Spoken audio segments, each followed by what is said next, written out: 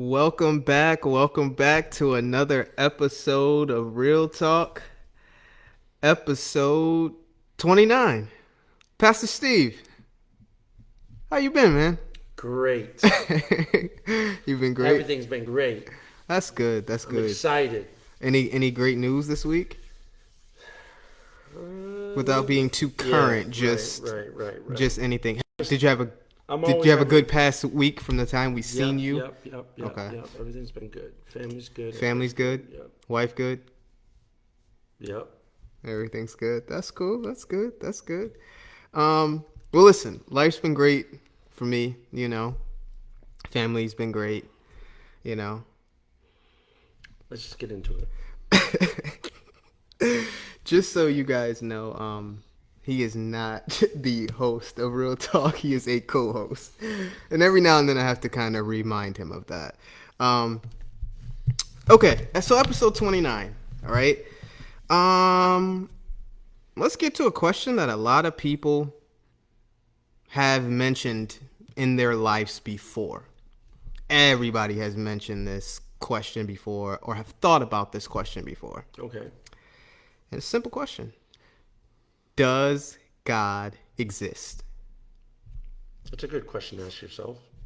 Does God exist? And I find that it's a question that in different times and different phases of one's life, they ask that. Some, depending upon your background, maybe earlier than others, sometimes in tragedies, whatever the case may be. But the question has been raised in a person's mind before. Does God exist? Now, before we get into that question, when we're referencing God, we're referring to the greatest maximum being ever that our minds can conceive and think of.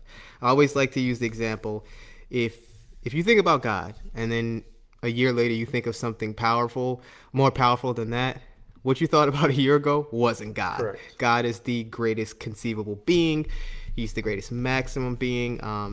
And what we believe is he's the highest form of good. But that would be God. I mean, that would be the basic definition that I can give to explain that. So, And with all those things that you just said, is what people say there can't be a God. absolutely. Because of those attributes. Yes, because there's going to be some other things. The way people would follow the question is, does God exist? And then to the definition that you just gave, then they would be like, well, if that's true, then why is this happening? If he's this, which is the attribute you just expressed, and if the attribute you just expressed is this, then why does this exist simultaneously? Absolutely. And so that's the challenge. That's where the does God exist becomes much more complicated. Right. It's never just the Yes, he does exist. Yes. And we can go on our merry way. No, it's never going to be right. that way. It's never just like, well, sure, absolutely. Right. We believe that as believers. Right. Oh man, thank you, man. I Right, needed right, that. Thank you. All right. right. So what do I go to do? Right, What do I go to read about him? It's like, okay, not that cool. easy. I'm glad you said yes to that. Here's some other things I want to go through and talk about in regards to God. So does God exist, Pastor Steve? Does he exist? Did you hear how we, Pastor Steve, like, how else am I supposed to answer that question? Quote unquote, as a pastor, right? Oh, do you always believe that he exists? Right. Well, I mean, I don't think the discussion should be with me saying, you asking me, does God exist? I think what we need to do is say, okay, how would I talk to somebody and explain to them that God exists if they don't believe that God exists, A, or B, they say, based on your definition of God existing, why then does this happen?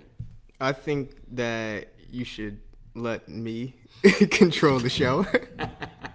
And if I ask you a question, God allow exists. me to then got follow it. up with the Yes, questions. sir. Okay. Okay, host. So you believe, Yes, God exists. okay, and based upon the definition that we've given, you believe that God exists. Pastor Steve. So based upon you believing that God exists, do you have anything? What is the evidence that you would use to state that God exists? So are you asking me to? Because I have to know who I'm talking to. Like for instance, if I'm talking to somebody who's posing the Good question. question to me, does God exist? With the angle that they already don't believe that God exists, and they simply want me to talk to them from my perspective of how God exists. But I know that this person doesn't believe God exists, so I'm gonna have to answer in ways that are more, let's say, scientifically based rather than biblically based. Because if I'm talking to somebody who does not believe that God exists, they certainly aren't gonna be like, "Oh, I agree with you with what John 3:16 says." They're gonna be like, "Yo, why are you even raising that book in front of me? That's written by man. It's trash. It means it's nothing." I'm a I'm a realist, as somebody might say. And so therefore I need something more scientific. Okay, cool. Good. That's where I would begin. Well, that's good, and I'm glad that you stated that for our audience and listeners to know that it definitely depends on your audience, and even Jesus recognized this when he's talking to who he's talking to. At times he's talking to the Pharisees, at times he's talking to the disciples, at times he's talking to a specific disciple about something. It's always important to know who your audience is. So I'm glad before you even answer the question, you're asking me, who am I speaking to? Am I speaking to a person who is a believer who just wants to really know this question because something's going on in life? Am I talking to somebody who's agnostic, who would state that, I can't say that God does exist or he doesn't exist. I don't believe that there's enough evidence to lean either or, but I won't say that he doesn't exist. I just don't know. Or are you talking to somebody who's just like, God doesn't exist? So that's good, and that's good for our audience to know. Always be intentional. Pay attention to who's asking the question, because you can waste a bunch of time and it could cause you to get more frustrated in the dialogue. So let's start off. We like to start off always working our way positive. Then we get into the meatier grinding stuff. So let's say you're dealing with a believer, and a believer wants to come to you and ask you, when did you recognize and know that God exists? Like what's the evidence that you have? What would you say to a believer? Maybe a younger kid or or somebody just younger in the faith? Yep. It's going to be more, I think that person will be more experiential. I'll give them experiences. Okay. I'll address the experiences that I've encountered that drew me closer to God. I would explain being raised in a Christian home, but I was never a believer, even though I was raised in a Christian home. And then I might share with them how the different things that were occurring in my life that brought me to that conclusion that I need to accept Jesus Christ as my personal Savior. And so I would go through the experiential pieces of my walk with God, based on having a desire to want to read my Bible, and the same time that I had a desire to read my Bible, my mother felt in her heart to buy me a brand new Bible. So to me, it was like, that wasn't a coincidence. Gotcha. To me, at that moment, that was not a coincidence. Okay. And so I'm like, okay, this is weird, but okay, let's rock with it. Now I'm going to start reading my Bible, right? As I start reading my Bible, I'm starting to have these different experiences where, I'm no longer craving what I used to do. I'm actually like frustrated with it. I don't want to be like, why is that happening to me, right? I'm like, before I used to love doing what I was doing. Now I'm starting to not like it because I'm reading the Bible and I'm like, there needs to be change. So that experience, then the experience of, crying out to God to save me, when I would be coming home from the bar at 4 a.m, drunk out of my mind, and I would be crying, and within 15 minutes I'd be completely sober. How does that happen? That's an experience. So I would be sharing with this believer that may be young in the faith how I came to that conclusion. These are different experiential things that I have that piled up that brought my understanding to a reference of, I really need to make a decision to follow Christ. And then, of course, going to a church, start going to a church regularly every Sunday. And by hearing the preaching of the word, I started to sense a deeper craving in me that I really want to live a saved life. I really want this for myself. To where the moment was one morning in a prayer meeting. There was just me and one of the mothers of the church in a prayer meeting. And that day changed my life forever, where the very presence of God came in that room and literally changed me completely. Now, again, that's all experiential. Okay, that's all based off of those kind of experiences, while simultaneously learning the Bible, reading the Bible, praying, and doing those type of things. So it was more based on how I was feeling and what it was doing for me on how I was feeling. You follow what I'm saying? Gotcha. And I would commit myself to the Bible. I would walk by faith. I would commit myself as best as I could with all that I knew to live by the Bible, live by the Word of God. Then, as I got older and became influenced by more philosophical approaches of understanding God and understanding the Godhead and becoming more understanding of theology and so on, now it became more than just my experiences. It became very logical. It became very intellectual, and it became, together with the feelings and the emotions, a deeper sense of learning and identifying these evidences that exist are powerful enough to convince me that it's not just based on me reading the Bible and my feelings, but the conclusion is all of this comes from a supreme being. Okay. So, very good. And I like the way that you're leading us up to addressing maybe an agnostic or an atheist. But I just wanted But remember, that was just to a believer. You said yes, that was the audience. But was how a you believer. concluded though Right. is going to lead us into Yes. addressing. But I'm glad I wanted to take this route first because this is most of the time what you hear from people about Christians, the existence of God. And what I want to share with people here is you may not know some of the scientific stuff that we may talk about today, and you may not know about the philosophical stuff that we may talk about today. It doesn't make your experience with God. It doesn't mean that the faith in which you put in the gracious work of Christ doesn't exist. It doesn't mean that. What it means is that you're only going to be able to reach a certain amount of people who can relate to what you're going through. And that's what you get. Most of the time you get testimonies, you get things that people shared in their lives, dramatic experiences that they know. If I just use some deductive reasoning, this has to be how things lined up, right? But as you stated before, though, like, well, as you always state, well, your new motto. Can you share to the audience what your new motto is that you live by? Doing as much good as I can for as many as I can for as long as I can. That's my motto. Say it one more time. You're gonna do I it. want to do so, and this is real talk. This is my personal motto that I gauge my whole existence today. That's supported by my testimony in Christ Jesus. Is that I want to do as much good as I can for as many as I can for as long as I can. Meaning, I don't want it to be a one-day thing and that's it. I want to do it for as long as I can. Meaning, I want it to be exhausted to the very last drop of my being doing good for people.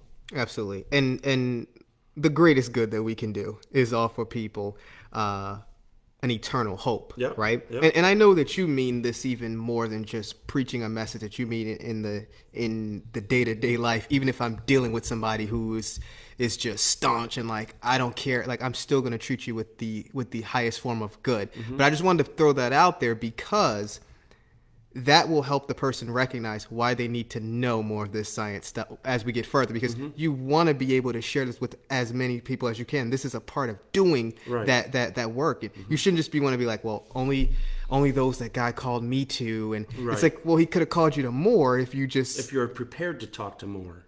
Exactly. So with that being said, okay, so I get that. I understand that. I come from a church background. That feels very good. Now, what do you do with somebody who's just like, yeah, all that stuff that you said, the dots connecting, I don't see no God there. So for me, they're just dots. Yep. I don't believe in God. So what evidence do you have outside of an experience that I never experienced that you can tell me that God exists? So if I'm dealing with somebody, which it sounds like you're portraying in this dialogue, is that they don't want to go by the feelings. They don't want to go by the mysticalness of Christianity or religion, period. They don't want to go with the mystical, unseen deity who does manifestations in the natural, and therefore I can't find the cause, and you want me to have the cause be based on some what am I looking for? Supernatural existence of some being. That I'm not about to play those games with you guys. Basically, that's the kind of person I would be talking to. So, all right, cool. So if that's the case, so if that person I'm talking to only believes in naturalism, because that's ultimately what they're going to boil down to, is being a naturalist. So that means that they believe everything that's natural. They believe in the existence of everything that is natural, that can be tested, felt, everything. So cool. So then ultimately we would then have to go into more of a scientific discussion. I would have to remove this for a moment. For Oh, now. wait a minute, I'm putting the Pastor. Bible Let's away. put a pause. I'm gonna Pastor. put this away. No, I'm gonna put this away. Pastor. Yeah, I'm gonna put this away. You're putting the Bible away? Like I said, for a moment, because right now, if I'm talking to somebody who does not even believe this thing is inspired by God, am I gonna keep preaching from this to try to break down their house? Like, as we always talk about, we have to be able to break somebody's house down to build them a better one, right? Correct. I can't break their house down using this because they don't even believe this exists. So in their mind, their house is very strong. They have a very strong built house philosophically in their mind. Cool. Let me just put this away for later, because for later, this is what I'm going to use to build their new house. Gotcha. So let's put that away for a moment. Now let's talk naturalism, okay? So if I'm going to lead a discussion about naturalism or the existence of God, I would then have to ask them, what is the main cause for all of this existing? Where did this all come from? That's where we would have to start there. We're not going to start with, the organic piece, the biological piece. We're going to deal with the physics of existence, the physics of our universe, our multiverses, all of that. Okay, Right. Multiverses. So we're going to deal with the physics of that. So then I would have to ask you, well, where did this all come from? So where did this all come from?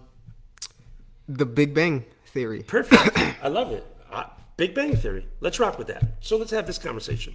So let's take all of the elements that create the Big Bang Theory, right? Okay. Pressure, gases, heat, right? Mm-hmm. So we have three things that we are saying physically exist that created all of this existence, right? Well, then what's before the gases, the heat, and the pressure? What's before that? And space. Let's remember space. There's got to be some kind of space for these things to be housed in. So where did all of that come from? Where is that all coming from? They eternally existed? I want to ask that question. Yeah. Did they eternally exist? Yeah, the universe. Yeah. Perfect. Just answer that. Perfect. So now what he's telling me is that these elements in the present have eternally existed, so that there is what they call an eternal past. Yes? Yes. Perfect. It's impossible to have an eternal past. It's physically impossible to have an eternal past, because if I have an eternal past, right? Right. You can never cross a current moment. It's impossible for it to get there, because if it's eternal, it's still going, and it never has a point of reference to stop to move this way. You with me? I'm with you. So then how could I then come to that point of the Big Bang if the eternal past is still going backwards? Okay, so let's say that Well, while I may let's say- agree with that statement, Okay. right? That we With the can't eternal have past. that we can't have So an there's eternal past. There could never be a current moment. An eternal past will never have a current moment to begin moving forward. It can never have it. It can't Yes. cross that plane. Yes, Okay. it would be like counting it would be like counting down from infinity. Right. We could never do that because in order, like you said, in order for us to track time and moments, we have to have a series of past events. That's how we record things. Well, if you're telling me that these series of events eternally existed, then we can never get to a current moment. yes, yeah. So if that's the case, that they've always existed from an eternal past, it's impossible to be where we are today. So there had to be a starting point. Right. So we can still argue for a Big Bang. Okay. Big Bang. I'm with you. I'm with you Okay. with the Big Bang. So as long as we But now understand- we'll move to a So therefore there was nothing then. We agree then that the Big Bang started from nothing? yeah, and then there became a Big Bang. Yes. Okay, so there was nothing, and then there became a Big Bang. So now my question to you would be then, can you ever get something out of absolutely nothing? Can you ever get something from nothing? From absolutely nothing. The annihilation of all. Like there's nothing of nothing. There's nothing. There's no element. There's no time. There's no space. There is nothing. And can I get something from that? From the Big Bang. The Big Bang is made up of, we've already agreed, it's made up of elements. It's made up of heat. Oh, it's and you're made up saying of that that's pressure, something. space, gas. That's something. These particles all Okay. were existing. So if there was nothing and then there was a Big Bang, where did the existence of these Big Bang particles come from? From nothing. You can't get anything out of nothing. So mind you, audience, the question he asked me is to prove the existence of God. Because this individual doesn't believe in the existence of God, he believes in naturalism. So if we believe in naturalism, then where did the natural things currently that we see come from? How did the existence of these things come into being? And so he said Big Bang.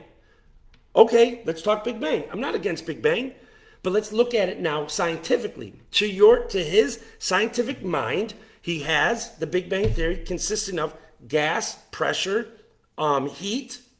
There's particles, space. There's space to house all of these.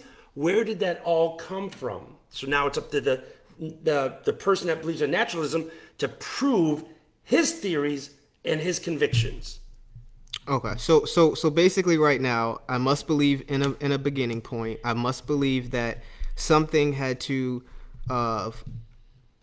cause these elements to come into the universe because one, I can't believe that the universe is eternal, because if the universe is eternal and it always existed and From an eternal and an infinite past. then we have this like eternal infinite past because it was always here, and so with that being said, and I'm gonna let you, but I want you to keep the infinite past also in the back of your mind, because we're gonna use that later for another reason for why we believe there was a starting point. But go ahead. okay.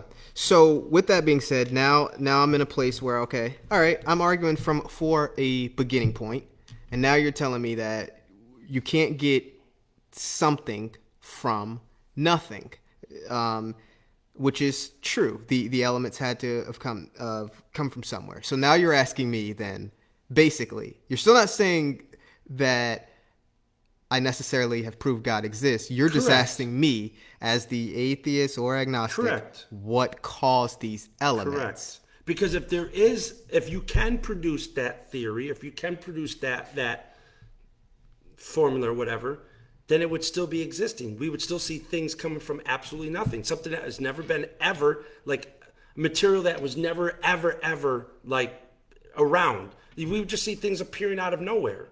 Right. Because that law would be existing, if you want to believe that law exists, of how the original beginning, started. Yeah, humans. We know that we're here because of our mother and father, and their mother and father. And nothing new has ever come out of nothing. I bought this microphone. Somebody manufactured it, created it. Nothing. If all of a sudden a phone just randomly appeared, people would look like something's wrong with that. We wouldn't say, "Oh yeah, that just happened." Right. That'd be a supernatural thing. They'd have to attribute it to something supernatural or whatever. But It's not. That wasn't natural. That was not like, oh, I expected that. Oh, here, Yeah. All right, go ahead. Okay. So with that being said, all right, something. Let's say that I have to believe, based upon the information that you're presenting me, I have to believe something caused the universe to come into being. Something caused the Big Bang. Okay, but why does that cause have to be God? Okay. Like why can't there be a cause? But why does the cause have to be God? Okay, so how could first of all, if you look at the question you're asking, how could that cause, right? So that has to be intentional. There has to be something. There has to be some form of intentionality existing for that cause to. Because again, out of nothing, and then something happens, there has to be something intentional creating it. Wouldn't you say? Definitely would say that the universe is fine-tuned. So therefore, then it couldn't be by accident. There had to be, we would believe, that there has to be a being outside of all of us, outside of time. Well, actually, sir, there could be two other reasons outside of a creator of how this fine-tuned universe could be. I love it. So tell me though. It could be by physical necessity. Physical necessity. Yeah. Or it could be by randomness, by luck. It just appeared. Okay. So by those, By chance or physical necessity. And like I said, and the last one is that there's a designer. Now, everybody will agree that it's fine-tuned. The things in we'll the talk universe about are what fine-tuned. fine tune is later. But Yes, but there could be two other reasons. I'm just saying that could have caused that. Are I they want you to plausible? listen. That's what I want to see. Listen, you gotta listen. Yeah, listeners, you have to listen to the way he is creating his discussion or his dialogue. He say there are possible. Anything's possible. I could have a green monster somewhere's out in the 16th galaxy controlling everything. That's a possibility, right? It's a possibility. It's possible. Okay, but is it plausible? There's a big difference between things being possible because anything is possible.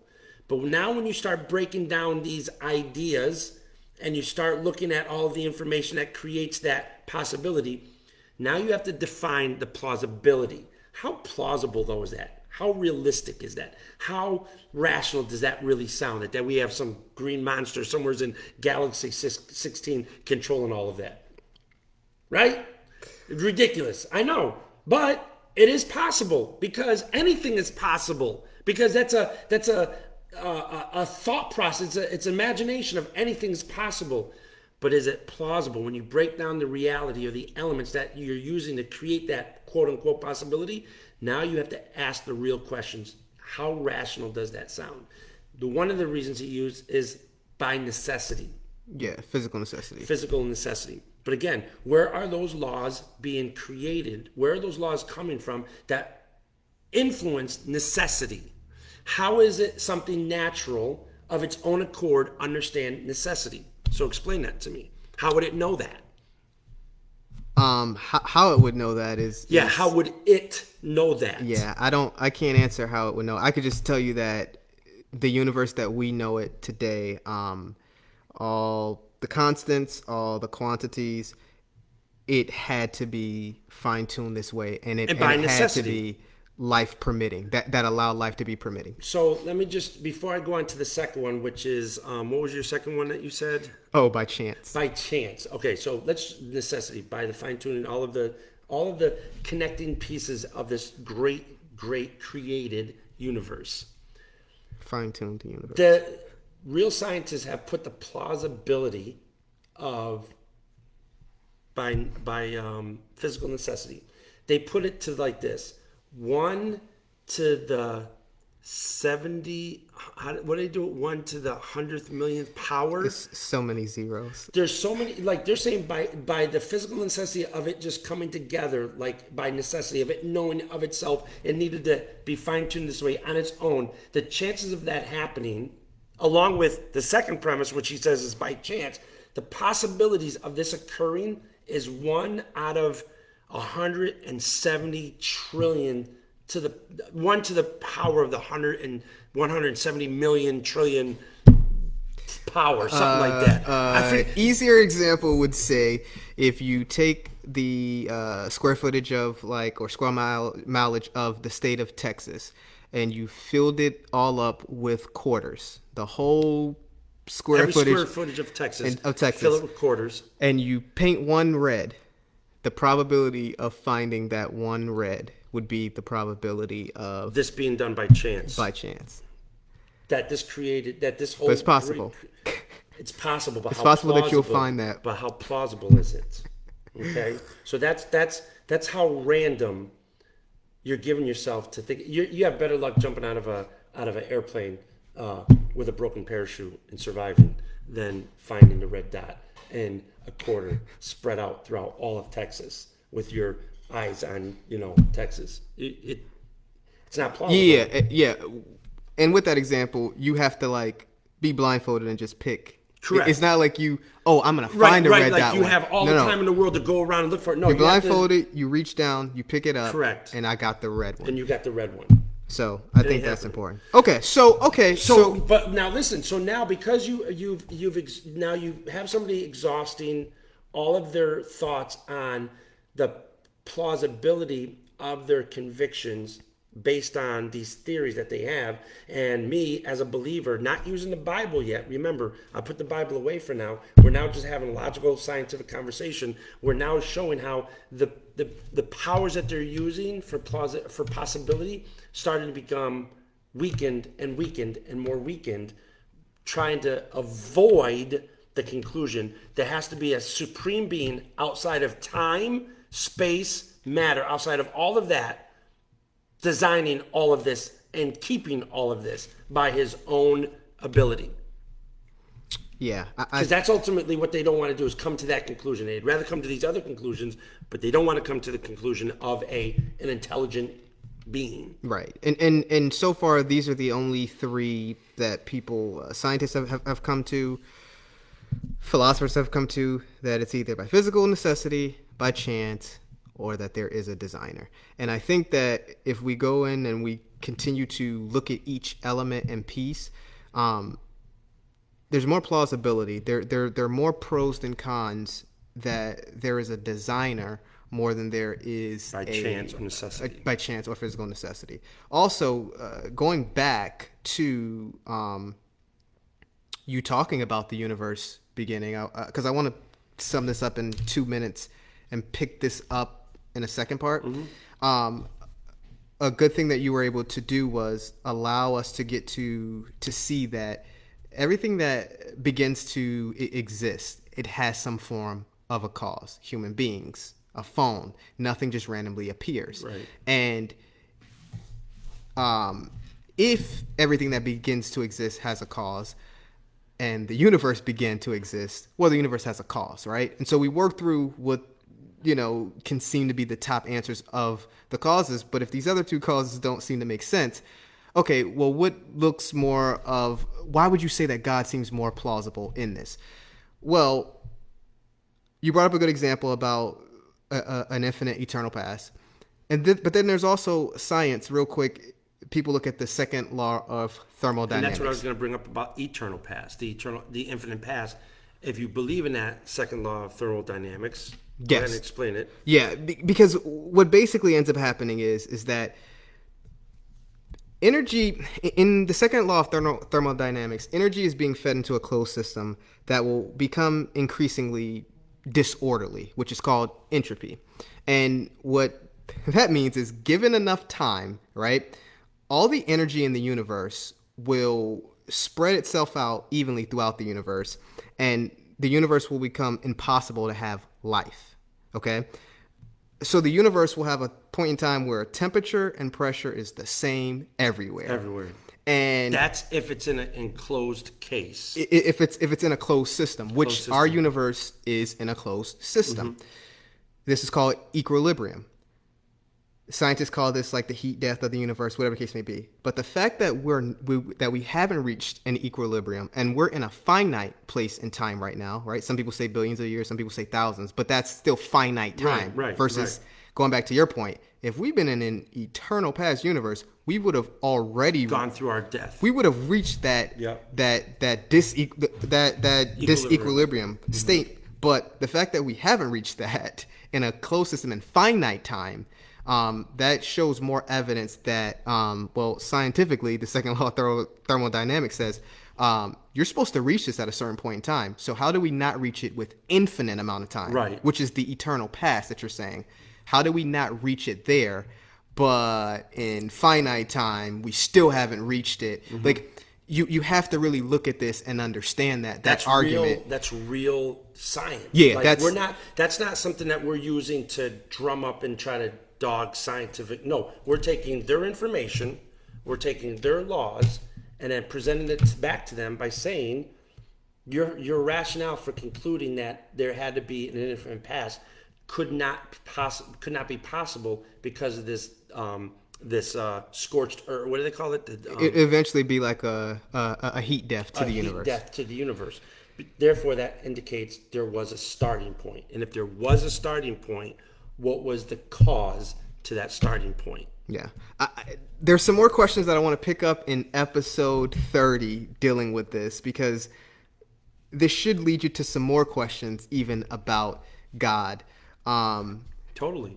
And so I want to pick that up I think we've done enough for now. We'll pick this up in episode 30 on talking about, does God really exist? So see you. You have anything else to say? Yeah. So for you that are watching, any of the viewers, please understand this is extremely important for you to have the ability to work through discussions with people who may not believe the way you believe and have difficulty comprehending Christianity. And because they have difficulty comprehending Christianity, there are reasons for why they have difficulty in their mind comprehending Christianity. And some of them could be because of their scientific background, because of their evidence-based ideas, and because they're naturalists. And we should not shun them. We shouldn't shun people who want to be very dogmatic against Christianity. Obviously, there's something that's difficult for them to comprehend about Christianity, about biblical Christianity. You should take that and have a great opportunity to get into a dialogue with them, to bring them to a point where eventually, after you've gone through all of the scientific discussion, next you'll be able to now have them willing for you to open up the Bible and talk about the more meaningful things of why you believe God exists from Scripture. So do not act like what we're talking about in this episode is irrelevant. It's like, oh, you guys are now beside yourselves. You're talking too much of this worldly stuff. No, actually, there were a lot of biblical people in biblical characters who understood science and understood nature and understood these things and used them to their advantage to convince others of the existence of God. So, Amen. Hey everyone, thank you for watching another episode of Reeeal Talk. We thank you so much for your dedicated support. We want to continue to tell you to like our videos, share our videos, continue to comment on the videos, and make sure you do what, Steve? Do your homework. Add a friend.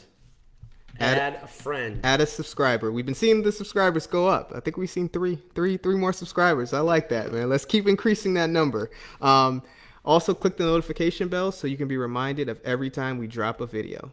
All right? Be on the lookout for episode 30. God bless.